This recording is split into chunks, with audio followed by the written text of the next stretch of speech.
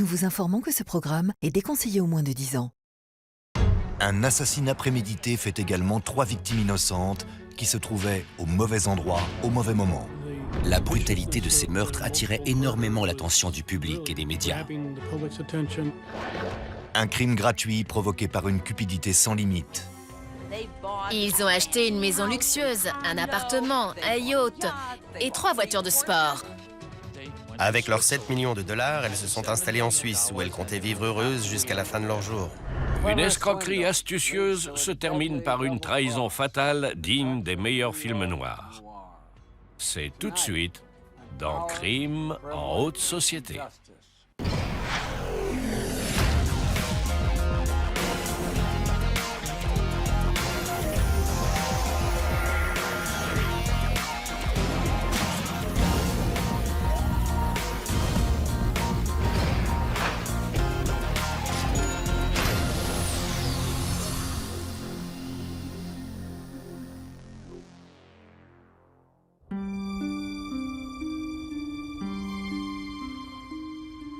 « 12 avril 1982.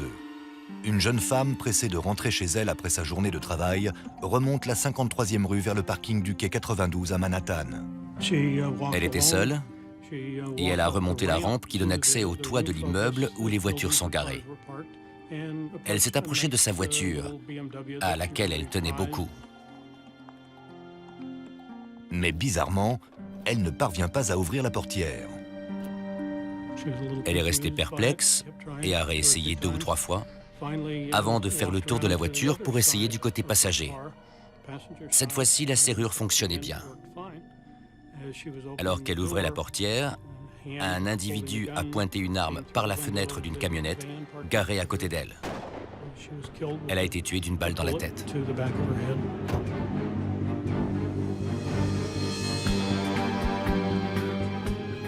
Alors que l'assassin tire le corps de la jeune femme jusqu'à l'arrière d'une camionnette couleur argentée, 3 techniciens des studios de la chaîne télévisée CBS, situés non loin de là, entrent sur le parking. Ils ne savaient pas ce qui s'était passé. Il s'agissait peut-être d'un homme dont la femme s'était évanouie, à moins qu'il ne l'ait frappé ou autre chose. Ils ont décidé d'être sympas et ont proposé leur aide. Un peu plus loin, un autre employé de CBS va être témoin de toute la scène. Je marchais quand j'ai remarqué un homme qui tirait quelque chose. Il a ensuite ouvert la portière arrière d'une camionnette. Soudain, 3 autres hommes sont arrivés. Il leur a demandé s'ils avaient vu quelque chose. Il s'est approché de l'un d'entre eux et j'ai cru qu'il avait un pistolet à air comprimé parce que j'ai entendu un bruit sourd. Et l'homme s'est affalé au sol. L'assassin abat froidement les 2 autres hommes.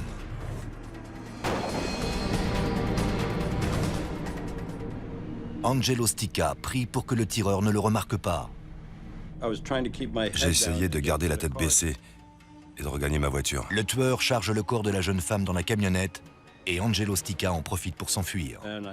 Je me suis tout de suite dirigé vers la rampe de sortie et quand j'ai regardé dans mon rétroviseur, j'ai vu qu'il me suivait. Il s'est arrêté au guichet pour dire au gardien que quelqu'un avait descendu plusieurs personnes au dernier étage du parking. J'ai pensé descendre dans le sens d'abattre, assassiner. Mais le gardien du parking comprend mal et pense que 3 personnes sont descendues de voiture et qu'elles ont des problèmes au dernier étage. Il a donc demandé à la sécurité d'aller jeter un coup d'œil à un accident. Mais Angelo Stica n'a pas le temps de donner des explications. Il fonce hors du parking, le tueur à ses trousses. Je me suis dirigé vers le nord, persuadé qu'il allait me suivre, mais non. Il a tourné à droite, vers le centre-ville. Angelo a fait le tour du pâté de maison et il est revenu vers le guichet du parking pour s'assurer que le gardien ait bien compris la situation et pour appeler la police. À l'époque, je venais juste de m'installer de nouveau à New York et j'ai entendu parler des meurtres de CBS. Dans les années 80, le crime fait rage à New York, mais ces assassinats dépassent l'entendement.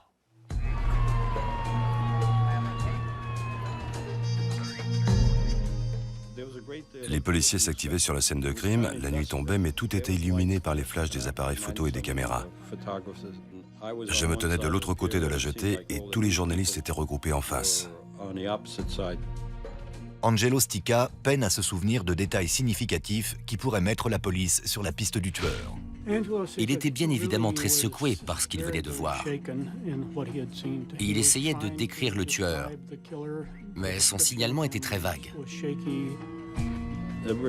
J'étais sous le choc. J'étais traumatisé, car ça aurait pu être moi. J'aurais pu être à leur place. Les médias se sont déchaînés. CBS a avancé différentes théories lors de son émission d'information régionale, et elles étaient toutes erronées. Personne ne comprenait vraiment ce qui s'était passé, ni pourquoi. La seule chose qu'ils savaient, c'est que 3 techniciens avaient été tués. Il s'agissait de 3 pères de famille sympathiques, honnêtes et droits, assassinés gratuitement dans un lieu public. Ils ont vu quelque chose sur ce toit qui paraissait suspect. Et ils sont allés voir ce qui se passait. Ils ne l'ont pas ignoré. Ils n'ont pas fait comme si de rien n'était. Ils ont réagi. Ils ont demandé ce qui se passait. Ils voulaient découvrir la vérité et leur courage les a tués. Pendant que la police de la ville guette une camionnette couleur argentée, les enquêteurs examinent la scène de crime à la recherche d'indices. Il existe un élément étrange. Angelo Stica parle de 4 victimes et pourtant les policiers ne trouvent que 3 douilles de calibre 22. Ils ont retrouvé du sang près d'une voiture bleue. Il y avait également un sac à main, une chaussure à talons et des lunettes de soleil. Et aussi des clés sur le sol. L'un des policiers a essayé d'ouvrir la portière de la voiture, mais il n'y est pas parvenu. C'est alors qu'il a remarqué qu'il y avait un cure-dent dans la serrure. La plaque d'immatriculation ainsi que le permis de conduire dans le sac à main nous ont donné le nom de la propriétaire de la voiture, Margaret Barbera. La police de New York connaît bien cette comptable de 37 ans. 5 mois plus tôt, l'assistante de Margaret, Jenny Sue Shin, disparaît mystérieusement. Depuis, Margaret rend régulièrement visite au service de police pour éviter que l'affaire ne soit close. Margaret Barbera était très proche de Jenny Sue Shin. Elles partaient ensemble en voyage en Europe et Jenny passait parfois la nuit chez Margaret. Évidemment, beaucoup pensaient qu'elles avaient une relation amoureuse. Mais l'ironie du sort veut que ce soit finalement Margaret qui connaisse un destin tragique. Les enquêteurs se rendent à son domicile, dans le Queens.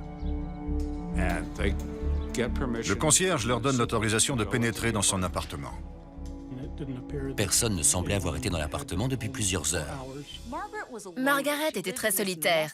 Elle vivait dans un appartement en désordre dans le Queens et elle avait peu de contact avec sa famille. Il lui arrivait souvent de laisser la cafetière allumée. Elle semblait être assez distraite. La nuit est bien entamée et toujours aucun signe de la camionnette ou de la victime présumée. Mais vers 5h30 du matin, la police reçoit un appel alarmant.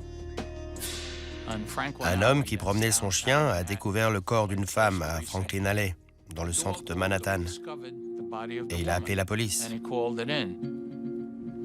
Il passait près de plusieurs cartons retournés quand son chien s'est mis à tirer sur la laisse. Et c'est là qu'il a remarqué la jambe d'une femme qui dépassait de dessous un drap. L'enquêteur responsable de l'affaire des meurtres du parking fait immédiatement le lien avec son enquête. Il a demandé au policier sur place si la femme n'avait qu'une seule chaussure. Le policier a répondu que c'était bien le cas, et l'enquêteur lui a dit de ne toucher à rien. Les enquêteurs se sont donc rendus à Franklin Alley pour voir le corps. Comme dans le conte de Cendrillon, ils ont passé la chaussure retrouvée sur le lieu du crime, au pied de la victime, et le résultat était concluant. Le corps retrouvé était bien celui de Margaret Barbera. De nombreux policiers se rendent sur place à la recherche du moindre indice concernant les meurtres du parking. Une camionnette ou une fourgonnette avait roulé sur les cartons, car ils ont trouvé des traces de pneus. Ils les ont pris en photo et ils ont emmené les cartons. Mais à part ces traces de pneus, ils ne retrouvent rien qui puisse leur indiquer l'identité du tueur. La police était perplexe. Il y avait 3 employés de CBS et une femme qui apparemment ne les connaissait pas. Tous assassinés dans un parking. C'était une scène de crime étrange. Un tueur à gages qui exécute quelques mafieux, ça n'aurait pas été une scène extraordinaire à l'époque. Mais une jeune femme et 3 passants innocents assassinés, c'est tout autre chose. Personne ne se sentait plus en sécurité à New York. Le lendemain des meurtres, la police a 4 morts sur les bras et aucune piste, ce qui déclenche le tumulte dans la ville de New York. Le maire, le responsable des services de police et la presse, tout le monde était furieux. Comment un tueur peut-il assassiner 4 personnes dans un lieu public et parvenir à s'échapper? Les services de police subissaient une pression énorme des politiques, qui souhaitaient que l'enquête soit résolue rapidement. Il fallait absolument découvrir l'auteur ou les auteurs de ces meurtres et les arrêter le plus rapidement possible. Ne disposant d'aucune piste pour retrouver la camionnette argentée et son conducteur, la police ne possède qu'un seul espoir: dévoiler la vie secrète de Margaret Barbera. Margaret Barbera était une fille du Queens avec une éducation limitée, mais une ambition qui lui avait permis de grimper les échelons.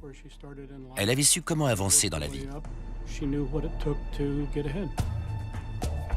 Margaret était contrôleuse pour l'entreprise Candor Diamond, dans le célèbre Diamond District de New York. Candor Diamond était une petite entreprise qui fabriquait des diamants et des colis fichés en or et en argent. Elle travaillait essentiellement avec des pierres semi-précieuses. À la tête de l'entreprise, Erwin Margolise et sa femme Madeleine, un couple aisé qui habite l'un des quartiers les plus chics de New York. Ils vivaient dans une maison luxueuse, dans le comté de Westchester, près de Scarsdale. Scarsdale est une petite ville assez prétentieuse. Elle est située près de Riverdale, au nord du Bronx, et abrite des familles aisées. Les gens qui s'installent à Scarsdale veulent affirmer un certain niveau social. C'est une adresse prestigieuse, et ses habitants ne sont pas n'importe qui. Ils vivaient confortablement, mais n'étaient jamais satisfaits. Mais ce n'est qu'après l'arrivée de Margaret dans l'entreprise que la fortune des Margolise est devenue colossale. 2 ans après l'embauche de Margaret, la famille Margolise est passée d'aisée à outrageusement riche. Ils ont acheté une maison luxueuse, un appartement, un yacht, 3 voitures de sport et sont devenus membres d'un yacht club. Heureusement pour Margaret, Erwin semble partager sa fortune. C'était l'employé de confiance de l'entreprise après sa propre épouse. Et il l'a récompensé très bien. Il lui a acheté une belle voiture. Le salaire de Margaret est multiplié par 2. Et elle et son assistante, Jenny Suchin, peuvent définir elles-mêmes leurs horaires de travail. Il paye aussi à Margaret et Jenny 2 séjours de vacances en Europe. Tout cela semble trop beau pour être vrai. Alors que les enquêteurs continuent de fouiller les antécédents des victimes, ils obtiennent enfin une piste concernant la camionnette du tueur. Nous avons eu l'idée de retourner au parking pour jeter un coup d'œil aux enregistrements archivés. C'était un parking de longue durée. Les véhicules qui souhaitaient s'y garer devaient demander préalablement une autorisation de stationnement longue durée. Les enquêteurs se penchent sur les archives de toutes les camionnettes possédant cette autorisation. L'une des camionnettes avait une autorisation de stationnement mensuelle plutôt récente. Et il y a quelque chose qui cloche dans le dossier. J'ai examiné la demande d'autorisation et j'ai remarqué qu'une plaque d'immatriculation avait été barrée. Une autre plaque d'immatriculation avait été ajoutée au dossier. Mais l'ancien numéro correspondait à un certain Donald Nash. La police fouille les antécédents de cet individu et il s'avère qu'il a un passé criminel assez chargé. Il s'agissait surtout de délits mineurs, rien de très grave. C'était un opportuniste. Les enquêteurs ont découvert qu'il avait déjà été arrêté pour falsification. Il avait créé un faux taxi à Manhattan en falsifiant une plaque d'immatriculation et une licence de taxi. La police a bien peur qu'il soit passé cette fois-ci à un crime beaucoup plus violent. Les archives du garage laissent à penser qu'il suivait sa victime depuis plusieurs mois. Il était là uniquement lorsqu'elle arrivait ou qu'elle partait. Les enquêteurs vérifient le numéro des plaques d'immatriculation. Des policiers travaillant sur une affaire de crime mafieux ont eux aussi remarqué plusieurs fois la présence d'une camionnette dans le quartier de Margaret. Cette plaque d'immatriculation avait été repérée à un pâté de maison de la résidence de Margaret Barbera, dans le Queens. Il l'avait espionnée dans le but d'identifier ses habitudes et ses activités quotidiennes. Les enquêteurs ne trouvent aucun signe d'une relation personnelle entre Margaret Barbera et Donald Nash. Mais le cours de l'enquête est sur le point de changer radicalement suite à un appel téléphonique du FBI. Les agents du FBI expliquent aux policiers que Margaret était un témoin clé dans une enquête fédérale pour escroquerie. La cible, la société Condor Diamond. Il s'agissait d'un délit financier. On ne commet pas de meurtre pour un délit financier. 9 mois plus tôt, le FBI entame une enquête sur le couple Margolise pour escroquerie. Jusque-là, ça n'avait été qu'une simple enquête pour un délit financier. Margaret Barbera devait témoigner contre les Margolise une semaine après son assassinat. Quelle étrange coïncidence. Ou Erwin et Madeleine Margolise sont très chanceux, ou le cœur de la société Condor Diamond n'est pas si pur qu'il n'y paraît. Les enquêteurs qui travaillent sur l'affaire des meurtres du quai 92 soupçonnent maintenant que l'assassinat de Margaret Barbera soit lié à la société Condor Diamond, la famille Margolise et beaucoup d'argent. Le Diamond District est un quartier malfamé. Il attire un certain type d'individus qui sont en général obsédés par l'argent. En enquêtant sur le meurtre, les agents du FBI découvrent une sombre histoire d'escroquerie. Ils expliquent aux enquêteurs de la police de New York l'escroquerie élaborée par Condor Diamond. Le FBI a découvert que 2 ans auparavant, l'entreprise s'est mise à travailler avec une société d'affacturage appelée J.P. Maguire. Une société d'affacturage est une société qui prête de l'argent à des industries instables. Les sommes sont définies en fonction de leur inventaire et des ventes prévues. J.P. Maguire achète les factures de Condor Diamond et lui avance 85% de leur valeur. Ce que la société d'affacturage ignore, c'est que la prévision des ventes de la bijouterie est une pure invention. Erwin et Madeleine Margolise fournissaient de fausses factures. Erwin Margolise avait demandé à Margaret Barbera de l'aider à fausser les comptes. Margaret n'y a vu aucune objection. Elle s'est exécutée. Elle l'avait déjà fait par le passé et elle le ferait pour les Margolise. Erwin Margolise était un escroc. C'était dans ses gènes. Il ne pouvait pas s'en empêcher. Et il escroquait tous ceux qui croisaient son chemin. Selon le FBI, la comptabilité créative de Margaret Barbera permet à Condor Diamond de grossir effrontément son chiffre de vente et de soutirer davantage d'argent à J.P. Maguire. L'argent allait directement dans la poche des Margolise. Tout le monde s'est demandé pourquoi ne pas s'arrêter après avoir détourné 1 ou 2 millions de dollars. Erwin ne pouvait pas s'arrêter, car il devait rembourser tous ceux à qui il avait emprunté de l'argent pour monter l'escroquerie.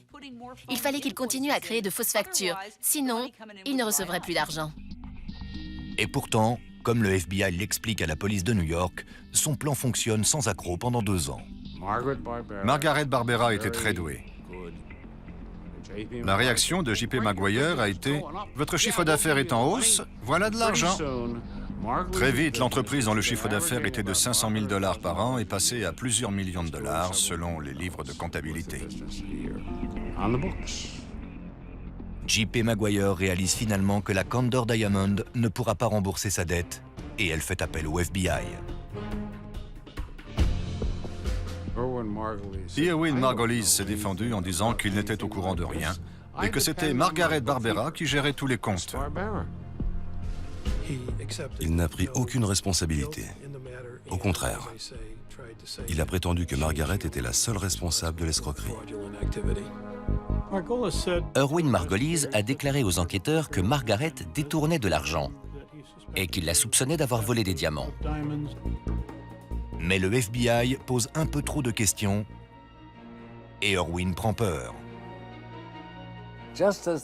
Alors que l'étau se resserre, Irwin et Madeleine s'en vont en Israël, puis en Suisse. Je suis sûr que vous ne serez pas surpris d'apprendre qu'entre deux visites au mur des Lamentations ou au Cervin, le couple prend le temps d'aller à la banque. Pendant l'absence des Margolise, le FBI rend visite à Margaret Barbera. Je l'ai prévenue de la raison de ma visite et de mes intentions.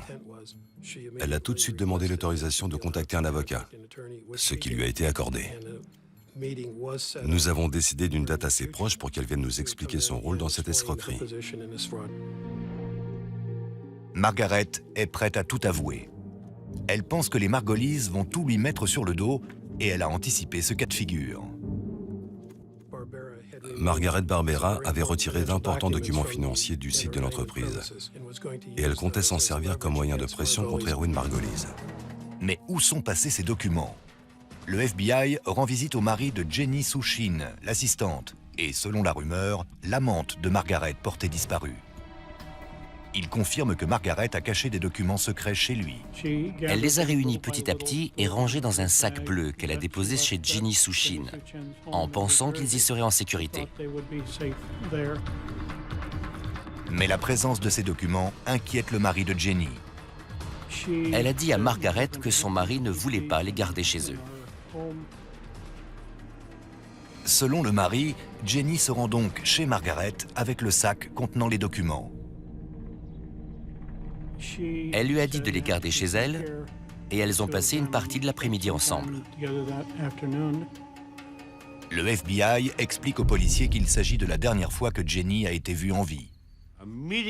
Dès que Jenny Souchin a disparu, Margaret a soupçonné Irwin Margolise d'être responsable. Elle était persuadée qu'elle serait la prochaine. Inquiète pour sa sécurité, Margaret décide de coopérer avec le FBI. L'accord avec le FBI consistait à accepter de plaider coupable au chef d'accusation d'association de malfaiteurs en vue de commettre une escroquerie et de témoigner et fournir toutes les informations nécessaires devant un jury d'accusation fédéral. C'est à ce moment-là qu'Irwin Margolise a décidé qu'il fallait la faire taire. Margaret Barbera aurait pu faire ses valises et quitter New York. Mais elle est restée et elle a gardé ses documents. Elle pensait qu'il la protégerait. Mais elle se trompait. Quelques jours à peine avant de témoigner, elle est définitivement réduite au silence. Le FBI travaille en concertation avec la police de New York et il découvre que l'assassin présumé de Margaret Barbera, Donald Nash, est bien plus qu'un simple arnaqueur avec un faux taxi. Donald Nash était un tueur à gages qui travaillait pour les Westies, un gang de la mafia irlandaise, responsable de la plus grande partie de l'activité criminelle sur les docks. Donald Nash a un quotient intellectuel inférieur à 90, et quand il était enfant, un accident l'a défiguré. Il semble tout droit sorti d'un roman de Charles Dickens. Les enquêteurs sont persuadés que quelqu'un d'autre a orchestré ces assassinats. Une surveillance rapprochée a été mise en place. Une équipe de surveillance mobile s'est rendue à son domicile de Keensburg, dans le New Jersey. Mais Donald Nash ne quitte que très rarement son logement et il n'a de contact avec personne. Lors d'une ultime tentative pour identifier ses complices, la police examine la liste de ses appels téléphoniques. Ils ont découvert un certain nombre d'appels passés depuis un téléphone public, mais prélevés sur le compte de son téléphone personnel. L'un des numéros récurrents est celui d'un avocat, Henry Stryker. C'était un juriste spécialisé en droit des sociétés, avocat de la société Candor Diamond, mais aussi d'Irwin Margolise. On se demande comment il avait réussi l'examen du barreau, mais bon. Avec Henry Stryker, la police fait enfin le lien entre Donald Nash et Irwin Margolise. Mais malgré la pression exercée par la mairie de New York et CBS, elle n'a toujours pas de preuves tangibles pour procéder à une arrestation. Voyons. Nous avons une comptable assassinée et son assistante disparue. Un homme de main prêt à tout et un complice pathétique. Ça ne doit pas être si difficile de remonter jusqu'au bon vieux Irwin. Et pourtant, personne n'aurait pu imaginer le parcours du combattant qui attendait la police.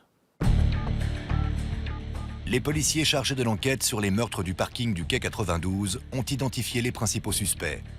Mais ils cherchent encore désespérément des preuves tangibles pour clore cette affaire, alors qu'ils subissent la pression de la mairie. Le maire de la ville exerçait une forte pression sur les enquêteurs. Et le président de CBS appelait quotidiennement le directeur du FBI pour connaître les avancées de l'enquête. Le tireur présumé est maintenant sous surveillance et la police se concentre sur son prétendu complice, l'avocat Henry Oestreicher. Il est suivi partout où il va et les policiers s'assurent de ne pas passer inaperçu. Finalement, il a craqué après avoir été suivi par plusieurs enquêteurs, à qui il a parlé et finit par avouer qu'il était l'intermédiaire de Donald Nash et Erwin Margolyes. Le témoignage d'Henry Oestreicher est une immense réussite pour les enquêteurs. En échange d'une immunité complète, il révèle aux enquêteurs le complot d'Erwin Margolyes pour assassiner Margaret Barbera dans les moindres détails sordides, depuis la préparation jusqu'à l'exécution. Erwin Margolyes était de plus en plus contrarié de savoir que Margaret allait peut-être parler au FBI. Et finalement, elle lui a avoué qu'elle avait des registres comptables en sa possession. Et que ces registres étaient dissimulés quelque part.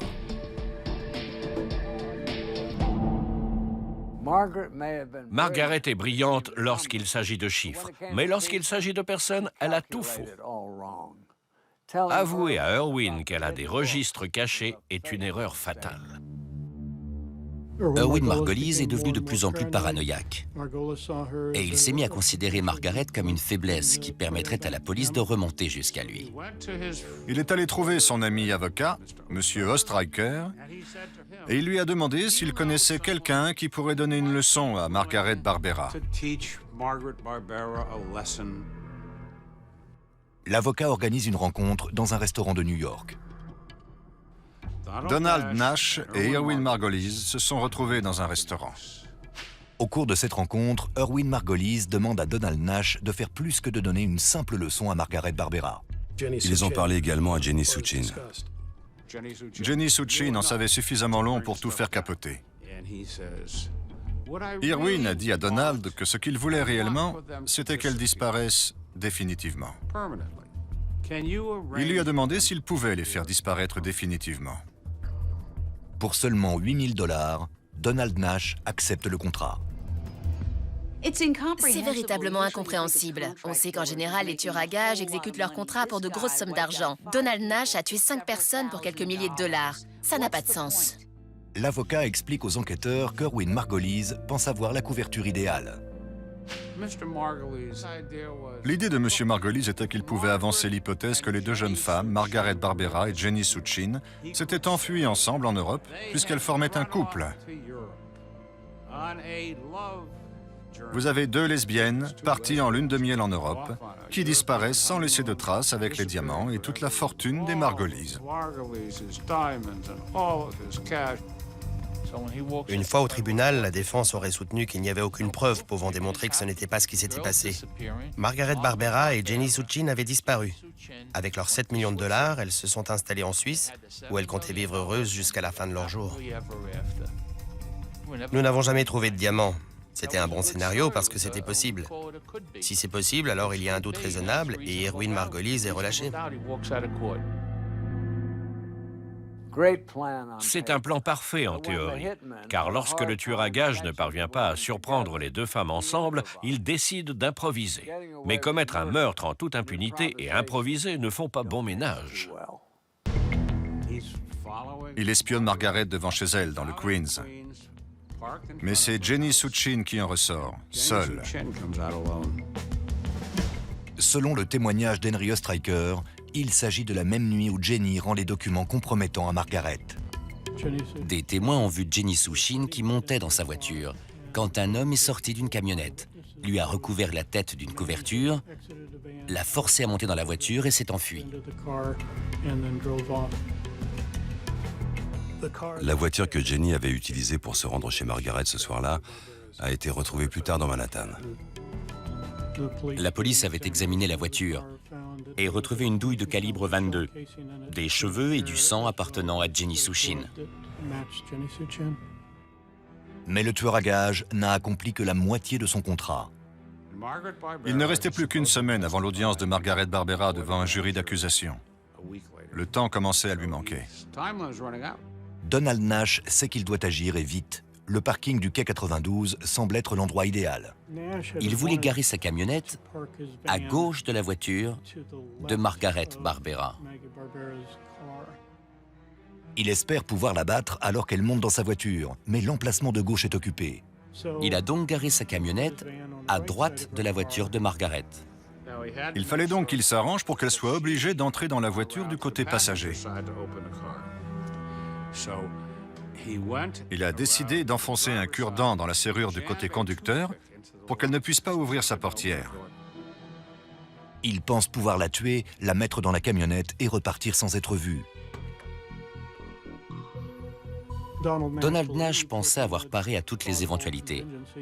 Il avait fait en sorte que Margaret Barbera soit obligée de venir du côté passager.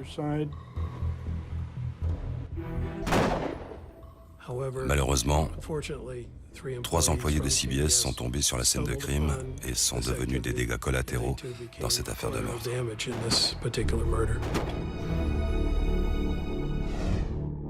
Alors que les enquêteurs continuent de réunir des preuves contre Donald Nash, l'arrestation d'Henry Oestreicher sonne l'alarme et le tueur à gages fait ses valises. L'équipe qui surveillait le domicile de Donald Nash a remarqué une voiture orange, de marque étrangère, qui s'est garée devant chez lui. Un jeune homme qui s'est avéré plus tard être son neveu, Thomas Dane, en est sorti. Donald Nash est ensuite monté dans la voiture et ils sont partis. Lui et son neveu ont acheté du matériel de camping. Ensuite, ils se sont dirigés vers l'aéroport de Newark et se sont garés dans le parking de longue durée. Quelques instants plus tard, Donald Nash ressort du parking avec ce qui ressemble à la camionnette argentée impliquée dans les meurtres du quai 92. Il était évident qu'elle avait été repeinte récemment. Il y avait des marques sur les côtés où la peinture avait légèrement coulé. Les agents fédéraux sont prêts à procéder à l'arrestation, mais ils veulent savoir ce que compte faire Donald Nash. Nous pensions que s'il allait rencontrer quelqu'un, il y avait de grandes chances pour que ce soit le commanditaire des meurtres. Les agents patientent et continuent leur surveillance. Il s'est dirigé vers l'ouest, a pris l'autoroute à péage et s'est rendu en Pennsylvanie. C'est là que la véritable odyssée a commencé. Notre supérieur, Ken Walton, s'est adressé à nous par radio et il a dit « Messieurs, ne le perdez surtout pas. Si vous le perdez, ce n'est pas la peine de revenir travailler. Vous aurez perdu votre emploi. » L'équipe de surveillance du FBI suit Donald Nash à la trace pendant 3 jours. Il a passé une nuit supplémentaire sur la route, dans un motel en Virginie occidentale.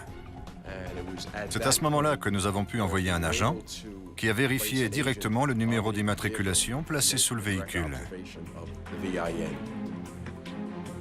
Le numéro d'immatriculation de la camionnette fournit au FBI un moyen d'arrêter Donald Nash sans dévoiler son jeu.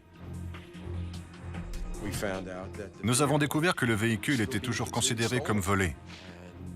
Avec cette information en main, nous avons contacté la police du Kentucky. Nous avons demandé l'aide de la police de l'État du Kentucky pour qu'elle mette en place un barrage routier et nous assiste. Les policiers ont stoppé la circulation sur l'autoroute et ont dévié une dizaine de véhicules qui sont sortis de l'autoroute.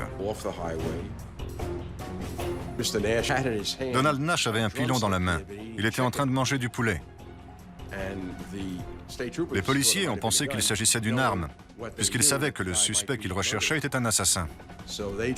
Ils l'ont encerclé et bien entendu, il a tout de suite lâché son pilon de poulet. Donald Nash, pauvre idiot.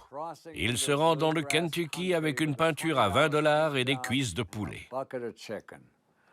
Dès le premier coup d'œil dans sa camionnette, la police sait qu'elle est sur le point de clore l'enquête. L'arrestation de Donald Nash donne enfin aux enquêteurs la possibilité de fouiller la camionnette tristement célèbre. Ce qu'ils y découvrent ne laisse plus aucun doute sur sa culpabilité. Les empreintes des pneus ont été prises et comparées aux traces laissées sur les cartons. Elles correspondaient. À l'intérieur de la camionnette, les policiers trouvent d'autres indices encore plus compromettants. Ils ont retrouvé du sang qui correspondait à celui de Margaret Barbera, ainsi qu'à celui de Jenny Souchin. Des cheveux ont également été retrouvés et ils correspondaient à ceux des deux jeunes femmes. La police a retrouvé une douille de calibre 22, juste derrière le siège du conducteur. Les enquêteurs étaient frustrés de n'avoir retrouvé que 3 douilles sur les lieux du crime. Il semble que le mystère soit maintenant résolu. Je pense que lorsque Donald Nash a abattu Margaret Barbera, la douille a été éjectée de l'arme et projetée à gauche de l'ouverture de la fenêtre arrière de la camionnette. Elle y est restée jusqu'à ce que la police du Kentucky la découvre. Le service de balistique confirme que la douille provient de la même arme que celle retrouvée sur le parking. La culpabilité de Donald Nash est prouvée et c'est un pas de plus vers l'arrestation d'Erwin Margolise. Donald Nash n'était qu'un des nombreux pions d'Erwin Margolise. Les enquêteurs qui essaient de reconstituer le complot des meurtres commandités disposent maintenant de plus de preuves qu'il n'en faut pour relier Donald Nash au meurtre de CBS. Ils ont mis en évidence les liens entre le tueur à gages et l'intermédiaire présumé, l'avocat Henry Oestreicher, et disposent même du témoignage de ce dernier impliquant Erwin Margolise. Pour procéder à son arrestation, il ne leur manque plus que Donald Nash avoue tout et dénonce Erwin Margolise. C'est lui qui tirait toutes les ficelles. Et c'est lui qui a imaginé ce complot pour se débarrasser des témoins gênants. Le procureur de New York obtient l'extradition de Donald Nash, qui ignore encore pour quel motif il a été arrêté. Il pense qu'il va simplement être inculpé de vol de voiture et de falsification pour le faux taxi. Une foule de journalistes accueille Donald Nash à son arrivée à l'aéroport. L'un des journalistes lui a demandé ce qu'il pensait des examens balistiques qui avaient révélé que les douilles correspondaient. Après cette question, il savait pourquoi il avait été arrêté. Son visage reflétait maintenant une grande tristesse. Il avait presque les larmes aux yeux. Il a regardé par le hublot et n'a plus rien dit de tout le voyage. Rien de tel qu'un tueur à gages larmoyant pour vous fendre le cœur. Mais si les enquêteurs pensent qu'il va leur faire ses aveux avec des sanglots dans la voix, ils risquent d'être déçus. Donald Nash est un homme au cœur de pierre. Il ne coopérerait jamais avec le gouvernement. Donald Nash a déclaré qu'il n'avait absolument rien à dire.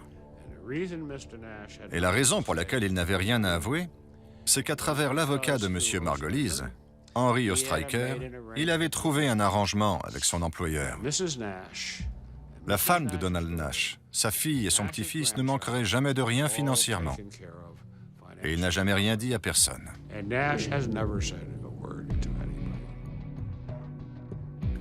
Donald Nash a été reconnu coupable du meurtre de 5 personnes sans jamais venir à la barre. Son avocat ne s'est pas vraiment battu. Une fois le procès terminé, l'un des enquêteurs est allé lui parler et lui a dit « Puisque vous allez en prison, pourquoi ne pas aider la famille de Jenny Souchin? Dites-nous où vous vous êtes débarrassé du corps. Permettez-leur de faire leur deuil. » Il a répondu « Vous ne parlez pas à la bonne personne. » Il ne fait aucun doute que c'est Erwin Margolise qui achète le silence de Donald Nash. Mais au bout du compte, c'est la propre arrogance du bijoutier qui le mènera à sa ruine.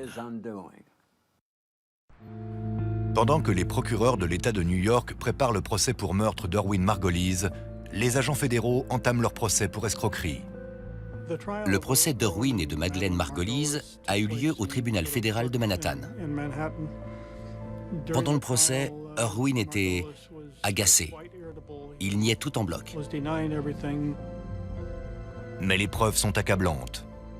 Erwin Margolise est condamné pour escroquerie à 28 ans de prison dans un établissement pénitentiaire fédéral.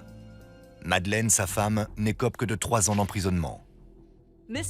Madame Margolise n'a pas apprécié la prison. Elle pensait qu'elle valait mieux que ça. Elle passait son temps à se plaindre et a supplié son mari d'améliorer son confort. Il lui a déniché une petite table pour qu'elle puisse manger séparément. Il a trouvé divers arrangements. Il a obtenu l'accès au téléphone pour lui et pour Madeleine aussi. Il lui a trouvé un garde du corps qui la protégeait depuis l'intérieur de la prison. Il pensait qu'une fois dehors, elle pourrait gérer leur fortune, car l'argent n'avait jamais été découvert. Une fois le couple Margolise sous les verrous pour escroquerie, les procureurs continuent à réunir des preuves pour leur procès pour meurtre. Mais Erwin Margolise n'a jamais été aussi astucieux. Pendant le séjour d'Erwin Margolise au centre correctionnel métropolitain, au sud de Manhattan, il a abordé un autre détenu. Il lui a demandé d'organiser l'assassinat de l'homme qui travaillait à J.P. Maguire, qui allait témoigner, et de l'assistant du procureur des États-Unis qui était chargé de l'affaire d'escroquerie. J'ai une révélation à vous faire, Erwin Margolise. La prison n'est pas l'endroit idéal pour chercher un tueur à gages. Bien entendu, le prétendu complice d'Erwin le dénonce à un gardien. C'est comme si la police gagnait à la loterie. Le prisonnier est retourné voir Erwin Margolise, muni d'un micro, et l'a fait répéter ses instructions. Erwin lui a donné l'argent pour qu'il assassine ces deux personnes. Cet homme pensait être au-dessus de toutes les lois. Il pensait pouvoir arnaquer et tuer impunément. Mais son arrogance se retourne contre lui. Finalement, il a été condamné pour association de malfaiteurs en vue de commettre un meurtre et il a passé le reste de sa vie en prison. 3 ans après son emprisonnement, Erwin Margolise meurt d'une crise cardiaque à la prison de Leavenworth. Au même moment, Madeleine Margolise sort de prison et s'installe en Floride. Elle semble vivre humblement, mais c'est peut-être elle qui finalement a tiré son épingle du jeu. Elle a bien évidemment l'argent. En tout cas, elle savait où il était. La véritable tragédie dans cette affaire, ce sont les personnes innocentes qui ont perdu la vie et leur famille. Les proches des 3 employés de CBS qui ont été tués cette nuit-là et la famille de Margaret Barbera et Jenny Suchin. Je n'arrive pas à comprendre ce que les gens peuvent faire pour de l'argent, pour des diamants ou de l'or. Ils iront jusqu'à tuer. Donald Nash purge actuellement 5 peines de prison à vie, mais il n'a pas changé ses habitudes meurtrières. Il y a quelques années, alors qu'il travaille dans les cuisines de la prison, il décide de faire taire un codétenu exaspérant en lui tranchant la tête avec un couteau de boucher. Il se tourne ensuite vers un gardien et le prévient. On aura du retard pour le petit déjeuner. Il ne risque pas d'obtenir une liberté conditionnelle de sitôt. C'était Dominique Dunn. Merci de nous avoir suivis.